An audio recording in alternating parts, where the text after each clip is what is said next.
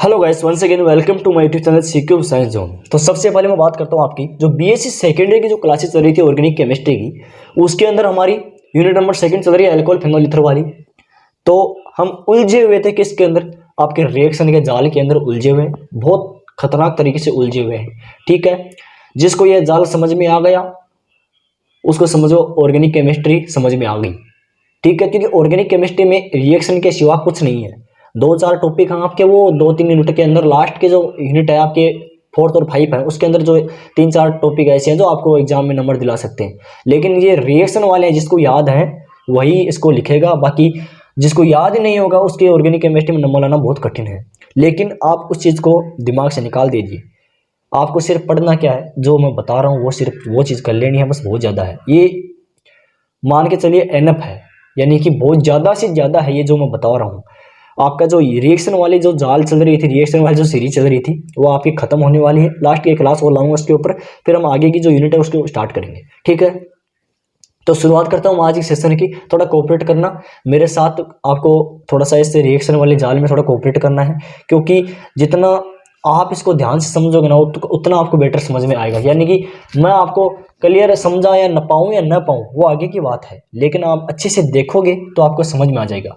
क्योंकि आज आपको पता है आजकल कोई भी अपने आप में एक्सपर्ट नहीं है, यानी कि एक्सपर्ट कोई नहीं है, सब अपनी अपनी जगह सब सेम है। ठीक है, ठीक है, हर आदमी में, इंसान में कमियां होती है और उस कमियों को दूर करना ही हमारा काम है। ठीक है, तो प्रैक्टिस मैन परफेक्ट। ठीक है, तो स्टार्ट करते हैं आज सेशन। आज का सेशन होने वाला हमारा 2 रिएक्शन, बहुत ही इंपॉर्टेंट रिएक्शन है। उनकी मैकेनिज्म देखेंगे, उनका डेफिनेशन देखेंगे और इनका मेथड देखेंगे कि किस प्रकार से होती है और क्या क्या इसका प्रोडक्ट लिया जाता है। ठीक है, और हमारे पास में रिएक्टेंट क्या मिलेगा और लास्ट में जो प्रोडक्ट हमें क्या प्राप्त होगा वो बात करेंगे हम। ठीक है, तो पहली रिएक्शन होने वाली हमारी, वो होने वाली आपकी रीमर टाइमन रिएक्शन। कौन सी? रीमर टाइमन रिएक्शन होने वाली है, बहुत ही इंपॉर्टेंट है। जब एग्जाम का टाइम होता है तो आपको जो जितनी भी रिएक्शन पड़ी है वो सब एक दूसरे में घुल जाती हैं, उसकी उसमें उसकी उसमें।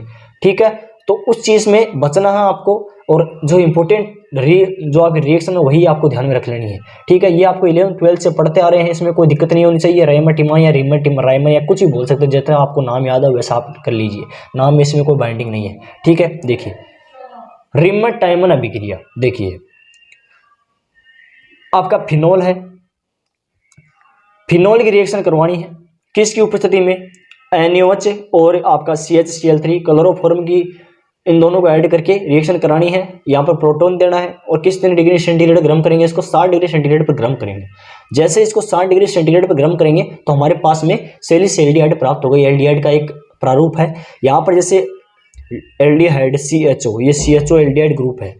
CHO क्या है? एल्डिहाइड ग्रुप है। यहाँ पर सेलिसल्डिहाइड आपको इसकी रिएक्शन के अंदर आपका प्रोडक्ट मिलेगा। अब किस प्रकार से मिलेगा वो इसकी मैकेनिज्म देखेंगे, लेकिन इसकी थोड़ी सी आपको डेफिनेशन देखनी है, क्योंकि इसको डेफिनेशन आप क्लियर हो जाएगी तो मैकेनिज्म आपको अच्छे से क्लियर हो जाएगी। देखिए, फिनोल को क्लोरोफॉर्म और जलीय NaOH के साथ में आप KOH भी ले सकते हो और NaOH भी ले सकते हो। ठीक है, लेकिन क्या होना चाहिए आपका?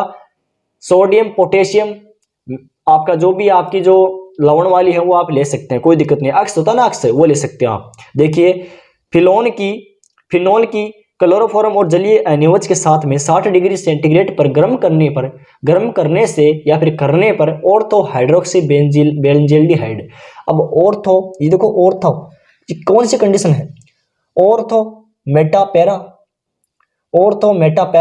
देखो ये ऑर्थो कंडीशन पर क्या आपका एल्डिहाइड समूह है ना, एल्डिहाइड समूह किसी कंडीशन पर है? ऑर्थो कंडीशन पर। तो आपका हो जाएगा ऑर्थो हाइड्रोक्सी बेंजील्डिहाइड या फिर सेलिसल्डिहाइड बनता है। ये आपका था नॉर्मल इसका थीम। अब बात करेंगे इसकी मैकेनिज्म की। मैकेनिज्म किस प्रकार से है वो है इसकी इंपॉर्टेंट, क्योंकि 11th-12th तक तो आपका चल जाता था कि रिएक्शन इतनी लिख देते थे और आपका नंबर दे देता था, इतना था लिख देते ना। 11th और 12th के अंदर हम जितना, यदि हम इतना लिख देते ना तो आपको नंबर अच्छे से मिल जाते थे। लेकिन अब आप ग्रेजुएशन में हैं, फर्स्ट ईयर, आप एग्जाम में आपको ग्रेजुएशन में क्या करना पड़ेगा? इसी मैकेनिज्म जरूर करनी पड़ेगी। यदि मैकेनिज्म आप नहीं करोगे तो आपको नंबर पूरे नहीं मिलेंगे। ठीक है, तो मोस्ट इंपोर्टेंट भाग होता है मैकेनिज्म एक रिएक्शन का।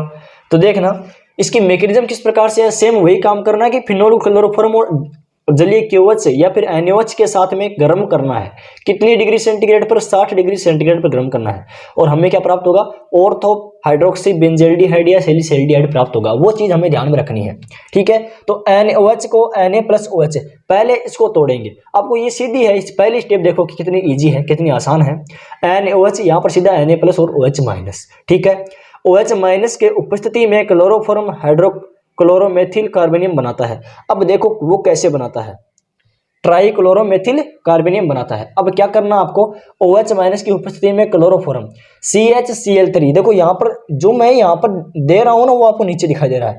क्लोरोफॉर्म की बात करा है, CHCl3 CHCl3 यहाँ पर क्लोरोफॉर्म है और OH- की उपस्थिति में, तो OH- आ गया यहाँ पर। और इसकी उपस्थिति में जैसे इसकी रिएक्शन की जाती है तो हमारे पास में क्या बनता है? ट्राइक्लोरोमेथिल कार्बोनियम। तो ट्राइक्लोरो, 3 क्लोरीन है, मेथिल है और कार्बोनियम आयन, ट्राइक्लोरोमेथिल कार्बोनियम आयन।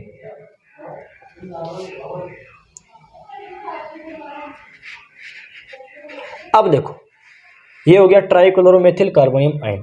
अब सिंपल है, इसमें क्या करना है आगे देखिए। अब यहां पर क्या प्राप्त हुआ था हमें? ट्राइक्लोरोमेथिल कार्बोनियम आयन। अब इसको यहां पर आपको लेके आना है। अब हमारी रिएक्शन शुरू हो जाती है यहां से। देखिए CCl3, इसको कैसे तोड़ेंगे? CCl2 यहां पर एक लोन पेयर है, कार्बन के पास में कितना लोन पेयर है? एक है, लोन पेयर ऑफ इलेक्ट्रॉन है। और यहां पर क्लोरीन निकल जाएगा, यहां से क्लोरीन आपका बाहर हो गया। तो यहां पर देखो जैसे क्लोरीन बाहर निकला तो क्या निकल गया हमारे पास में? डाइक्लोरोकार्बिन। यहां पर देखो 3 कार्बन, 3 क्लोरीन थे तो ट्राइक्लोरोकार्बिन हो गया, मेथिल कार्बिन। और जैसे यहां से एक कार्बन को निकाला, निष्कासन किया गया, तो हमारे पास में बचा डाइक्लोरोकार्बिन, ठीक है, ध्यान में रख लेना। अब आगे देखो हमारी रिएक्शन, जो मेन रिएक्शन है, तो ये वाली रिएक्शन है, देखो ये वाली आपको दिखाई दे रही होगी। अब ये मेन स्टार्ट होने वाली है, वो देखना इंपॉर्टेंट है, ध्यान से समझना। अब देखो मेन इसका पॉइंट है, मेन सीरीज यहां से इसकी शुरू होती है। देखिए अब कुछ को तो ये फिनोल ही फिनोल बने हुए दिखाई दे रहे, तो कुछ ज़्यादा ऐसे सोच रहे हैं कि कितनी हार्ड है। हार्ड सबको लगती है, मेरे को भी लगती है, आपको भी लगती है, सबके लिए हार्ड है। लेकिन हमें देखना पड़ेगा, ध्यान से समझना पड़ेगा। आप भी ट्राई करोगे ना, मैं भी ट्राई करूंगा, अच्छे से क्लियर हो जाएगी, देखना, ठीक है। देखिए मेरा भी ये पहला फर्स्ट ईयर है, मतलब कि पहली बार मैं ये स्टार्ट किया है मैंने, तो मेरा अभी पहला साल है। जैसे जैसे मैं गेन करता रहूँगा तो आपके अच्छे से डाउट क्लियर कर पाऊंगा, ठीक है। तो कोऑपरेट करना। तो ठीक है, देखो अब आपकी ये फिनोल हो गई, ये फिनोल है, इसकी रिएक्शन करवानी है आपको। पहले बताया था मैंने OH NaOH या फिर आप KOH ले लीजिए। OH- की उपस्थिति में करवानी है। यहाँ से जल का अणु बाहर निकल जाएगा, ठीक है। जैसे ही यहाँ से देखो जल का अणु ये बाहर निकलेगा तो यहाँ पर क्या बचेगी? आपकी ऑक्सीजन बच गई ना। तो ये ऑक्सीजन हो गई और यहाँ पर सेम का सेम फिनोल बन गया। यहाँ से जल बाहर निकल गया, देखो ये जल का अणु बाहर निकल गया, फिर यहाँ पर बच गया O। अब क्या हुआ आगे? यहाँ से बॉन्ड ट्रांसफर हो गई इस पर, तो ये वाला बंद किस पर चला जाएगा? आपका ऑक्सीजन पर। तो डबल बॉन्ड ऑक्सीजन हो गया, तो ये कीटोनिक समूह बन जाएगा। ये अब के प्राप्त हुआ। और आपका CCl2 यहाँ से निकलकर एक CCl2 ऐड कर देंगे हम। यहाँ जैसे क्या ऐड करेंगे? CCl2 मतलब डाइक्लोरो ऐड कर देंगे, डाइक्लोरोकार्बिन आपका ऐड कर देंगे। जैसे इसको ऐड करेंगे तो हमारे पास में क्या प्राप्त होगा? जो ये वाला बिंदु है यहाँ पर नेगेटिव है, ये पॉजिटिव है, दोनों ऐड हो जाएंगे। तो ये यहाँ पर आकर के यहाँ पर जुड़ जाएगा। तो oxygen O, double bond O, और जो यहाँ वाला बॉन्ड है इस पर देखो ये S, तो Cl S तो पहले से था, और यहाँ पर Cl आपका ऐड हो गया, ठीक है। अब देखो सिंपल कुछ नहीं करना है, ऐसा का ऐसा यहाँ पर रखना है, और यहाँ से वापस वो बॉन्ड है वो ट्रांसफर हो गया। देखो ये वाला बॉन्ड यहाँ पर ट्रांसफर हो गया हाइड्रोजन वाला, और ये यहाँ पर ऐड हो गया, तो HCl, ठीक है। और एक बॉन्ड यहाँ पर ट्रांसफर हो गया और वापस से ऑक्सीजन पर आपका सिंगल बॉन्ड आ गया, ठीक है। अब आगे देखिए हमारे पास में क्या प्राप्त हुआ? CHCl2 डाइक्लोरोफॉर्म हुआ ना, CHCl3 नहीं है, CHCl2 है। यहाँ पर एक क्लोरीन और लाना पड़ेगा।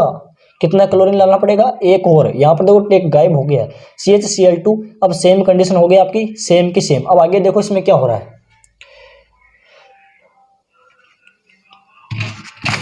देखिए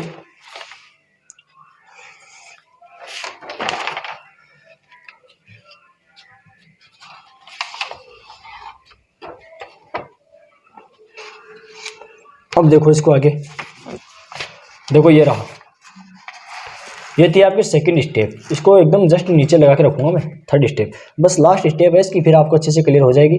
और एक बार 2-3 बार आपको रफ में लिख लोगे ना तो आपको अच्छे से आप याद कर लोगे इसको। अब देखो थर्ड स्टेप में हमारे पास क्या प्राप्त होता है, ये वाला हुआ था ना, ये वाला देखो ये रहा, इसको ले लो आप, ऐसा कैसा ले लिया। यहाँ से OH निकालना है, यहाँ से क्या निकालना है, OH निकालना है, ठीक है। तो OH निकाल दो, तो OH माइनस है और NaOH, 2 NaOH के अणु यहाँ पर ऐड करना है, 2 NaOH की उपस्थिति में यहाँ पर ऐड करना है।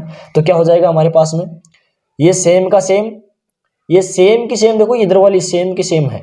यहाँ पर देखो NaOH, यहाँ से जल निकालना है तो H2O, ये H2O, देखो ये जल निकल गया बाहर, निकल गया ना, जल निकल गया बाहर, और OH यहाँ से OH निकला, तो ये हमारे पास में क्या बचा, oxygen, benzene, oxygen, CHOH, CHOH और OH, यहाँ से जल का अणु बाहर निकल गया। जैसे यहाँ से जल का अणु बाहर निकलता है तो हमारे पास में क्या प्राप्त होगा, ये वाला अणु प्राप्त होगा। जैसे देखो यहाँ पर CH और यहाँ पर O, तो क्या बचा, एल्डिहाइड समूह है, तो हमें यही प्राप्त करना था। और जैसे मैं बात करूं, अब देखो यहाँ पर क्या प्राप्त हुआ हमें, जैसे यहाँ से H2O बाहर निकाला, जल का अणु बाहर निकला, तो यहाँ पर बचा एल्डिहाइड समूह है CHO, ये बच गया एल्डिहाइड समूह है, और ये ऑक्सीजन।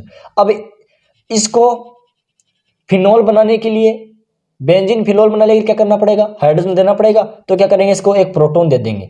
अब एक प्रोटॉन दे देंगे तो एक प्रोटॉन देने पर क्या प्राप्त होगा हमारे पास में, OH, CHO, और ये आपका हो गया सैलिसिल्डिहाइड, ये हो गया आपकी सैलिसिल्डिहाइड प्राप्त हो गया। और हमारी इसका थीम क्या थी, थीम आपकी यही थी, क्या थी, ध्यान से देखना, देखो ऊपर आपको दिखाई दे रही थीम, फिनॉल को क्लोरोफॉर्म और जलीय NaOH के साथ में 60 डिग्री सेंटीग्रेड पर गर्म करने से ऑर्थो हाइड्रोक्सी बेंजल्डिहाइड या फिर सैलिसिल्डिहाइड प्राप्त होता है। ये आपका सैलिसिल्डिहाइड आपको प्राप्त हो, ठीक है।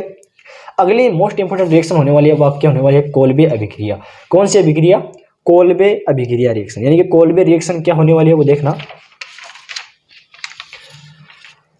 अब देखिए इसकी ज्यादा बड़ी नहीं है, छोटी सी है, देखो सिर्फ इसकी भी 3 स्टेप हैं, 3 स्टेप में आपको क्लियर हो जाएगी। अब देखिए हमारा पॉइंट है, नेक्स्ट पॉइंट है कोल्बे रिएक्शन। कोल्बे रिएक्शन पहले इसकी थीम देखते हैं। इसमें देखो जब सोडियम फिनॉक्साइड, ये आपका सोडियम फिनॉक्साइड को CO2 के साथ में, ये आपका सोडियम फिनॉक्साइड है, देखो ये वाला सोडियम फिनॉक्साइड को CO2 के साथ में 125 डिग्री सेंटीग्रेड पर उच्च दाब में गर्म किया जाता है। जैसे इसको CO2 के साथ में 125 डिग्री सेंटीग्रेड, देखो सोडियम फिनॉक्साइड, देखो ये रहा, ये आपका सोडियम फिनॉक्साइड है। इसको जैसे ही हम उच्च दाब पर गर्म करेंगे CO2 के साथ, किसके साथ में, CO2 के साथ में उच्च दाब पर गर्म करते हैं तो ऑर्थो हाइड्रोक्सी, देखो ये ortho Meta para, ortho hydroxy benzoic अम्ल प्राप्त होता है, ठीक है। इसे कोल्बे अभिक्रिया कहा जाता है। ये हमें प्राप्त करना है, मतलब ये है सैलिसिलिक अम्ल, ऑर्थो बेंजोइक अम्ल प्राप्त करना है। और हमारे पास में जैसे इसको प्राप्त कर लेंगे तो हमारे पास में रिएक्शन प्राप्त हो जाएगी। ये टोटल, अब इसकी मैकेनिज्म देखेंगे, यही इसका स्टेटमेंट है। अब मैकेनिज्म देखेंगे, मैकेनिज्म कुछ इस प्रकार से है। ONA, ऑर्थो, ये आपके सोडियम फिनॉक्साइड है, ये क्या आपका सोडियम फिनॉक्साइड।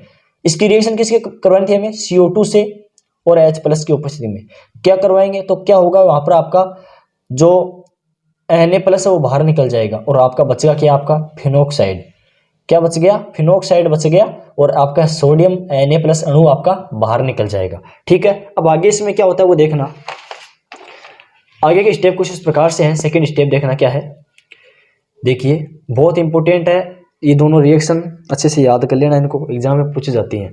अब वहां पर देखो फिनॉक्साइड बचा था, सिर्फ फिनॉक्साइड बचा था ना, और CO2। अब देखो CO2 की उपस्थिति में गर्म करना है, हमें बताया था कि CO2 की उपस्थिति में 125 डिग्री सेंटीग्रेड, टेम्परेचर ध्यान में रखना, 125 डिग्री सेंटीग्रेड पर, कितने पर, 125 डिग्री सेंटीग्रेड पर गर्म करना है CO2 की उपस्थिति में। अब क्या हो जाएगा, सेम वही कंडीशन है आपकी, CO2, ये आपका CO2 का अणु है, यहाँ से कार्बन पर प्लेस है और यहाँ से जैसे बॉन्ड ट्रांसफर होगा, ये इसको इलेक्ट्रोफाइल बोलते हैं, इलेक्ट्रोफाइल कार्बन बोलते हैं, क्या बोलते हैं, इलेक्ट्रोफाइल बोलते हैं, ठीक है। ये आपका CO2 है, ये यहाँ भ्रमित मत होना कि ये बीच में क्या बना दिया, ये CO2 है, CO2, ठीक है।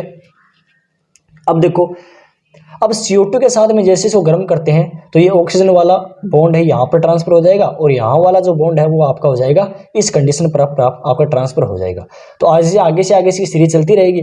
अब जैसे ही यहाँ पर बॉन्ड ट्रांसफर होगा तो यहाँ पर ऑक्सीजन का एक बॉन्ड आएगा और इसके ऊपर ऐड हो जाएगा हाइड्रोजन पर, तो यहाँ पर डबल बॉन्ड बन जाएगा। तो CO2 के साथ रिएक्शन करवाएंगे तो यहाँ पर डबल बॉन्ड O, कीटोनिक समूह बन रहा है ना O, और आपका यहाँ पर HCOO यानी कि CO2, ये CO और एक बॉन्ड ऑक्सीजन वाला कार्बन वाला के बीच में जो बॉन्ड था एक, वो निकल गया और हाइड्रोजन के साथ में जुड़ गया। ठीक है, तो ये हमारे पास में क्या निकला। ठीक है, अब इसको देखो COOH, अभी सीधा सिंपल पड़ा है इसके अंदर। जैसे ही आपको यहाँ पर दिखाई दे रहा होगा, इस बॉन्डिंग को वापस ट्रांसफर करेंगे अपनी अपनी अपनी जो पहले की जो पोजीशन थी उसके ऊपर ट्रांसफर कर देंगे। जैसे इसको ट्रांसफर करेंगे तो इसमें इतना सोचने वाली बात नहीं है। यहाँ से सिंपल क्या हुआ था, CO2 था, जैसे इसको CO2 यहाँ पर ऐड किया, ऐड करने पर क्या करना है, हमें COOH प्राप्त करना है।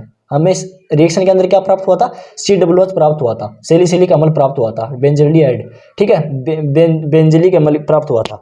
ठीक है, देखो देखो इस प्रकार से, तो COO ये CO2 है, यहाँ पर H पर ट्रांसफर हो जाएगा, O माइनस यहाँ पर देखो ये वाला अणु, ठीक है, तो OCOOH। अब जैसे इसको प्रोटॉन के साथ में, अब क्यों ये प्रोटॉन क्या बताया मैंने, क्योंकि यहाँ पर O माइनस है। क्या चाहिए, मैं फिनोलिक चाहिए ना, कंपोनेंट कैसा चाहिए, फिनोलिक चाहिए, फिनोल होना चाहिए। तो यहाँ पर ऑक्सीजन है, ये ऑक्सीजन होगा तो केवल ऑक्सीजन होगा तो फिनोल नहीं बनेगा। हमें क्या चाहिए, H चाहिए, तो इसके लिए H+ यानी कि प्रोटॉन देंगे। प्रोटॉन की उपस्थिति में जैसे इसकी रिएक्शन करवाएंगे तो क्या हमारे पास में प्राप्त होगा, OH COOH।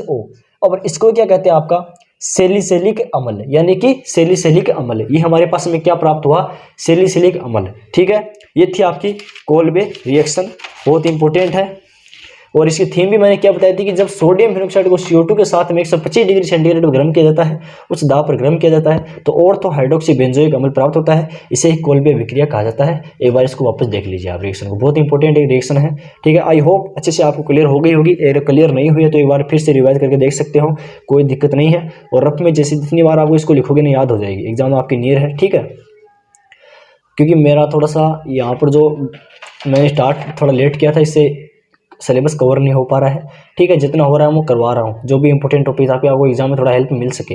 ठीक है, तो आई होप सबको समझ में आ गया होगा। चैनल को सब्सक्राइब कर लीजिए, शेयर कीजिए और अपने दोस्तों के साथ फ्रेंड सर्कल में शेयर कीजिए, क्योंकि आप लोग शेयर करोगे तो हम मोटिवेट होंगे और आपके लिए अच्छे से आगे कंटिन्यू रख पाएंगे क्लासेज। ठीक है, तो पीछे क्लासेस नहीं देखें तो प्ले देख लीजिए, यूट्यूब पर आपको मेरी चैनल पर आपको प्ले लिस्ट मिल जाएगी, BSc second year organic chemistry के नाम से आपको, या फिर BSc second year chemistry classes के नाम से आपको प्ले लिस्ट मिल जाएगी। वहाँ पर आपको टोटल क्लासेस मिल जाएंगे। ठीक है, तो थैंक्स फॉर वॉचिंग।